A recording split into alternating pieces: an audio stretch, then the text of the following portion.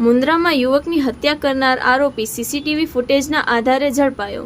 મુન્દ્રા ખાતે yes water plant પાસે પાણીના નાળામાં ઝારખંડના રહેવાસી ઓમચંદ્ર રુથમુજીની લાશ ઇજાગ્રસ્ત હાલતમાં મળી આવી હતી। આ ઘટનાને પગલે મુન્દ્રા પોલીસ સ્ટેશનમાં ગુનો નોંધાયો હતો। તપાસ દરમિયાન આસપાસના 11 સીસીટીવી કેમેરાના 128 કલાકના રેકોર્ડિંગનું વિશ્લેષણ કરવામાં આવ્યું। ટેકનિકલ સર્વેલન્સ અને પૂછપરછ બાદ રોમેન હરિનાથ ઉર્ફે ગુંજન ટાટી ઉંમર 25 વર્ષ મૂળ આસામ હાલા મુન્દ્રા સામે શંકા મજબૂત થતાં તેને ઝડપી લઈ પૂછપરછ કરવામાં આવી। પ્રાથમિક કબૂલાત મુજબ 3 સપ્ટેમ્બરના રોજ વાહન ચલાવવા અંગે થયેલી બોલાચાલીને પગલે આરોપીએ મૃતક સાથે રોષ રાખ્યો હતો।